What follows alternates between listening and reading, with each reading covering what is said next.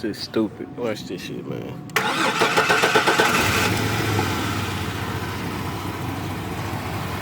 What the fuck is that? They don't want to turn from the key. Still, I guess it don't get no power from the key to the starter. Change the lock cylinder. And I changed the ignition switch. What the fuck?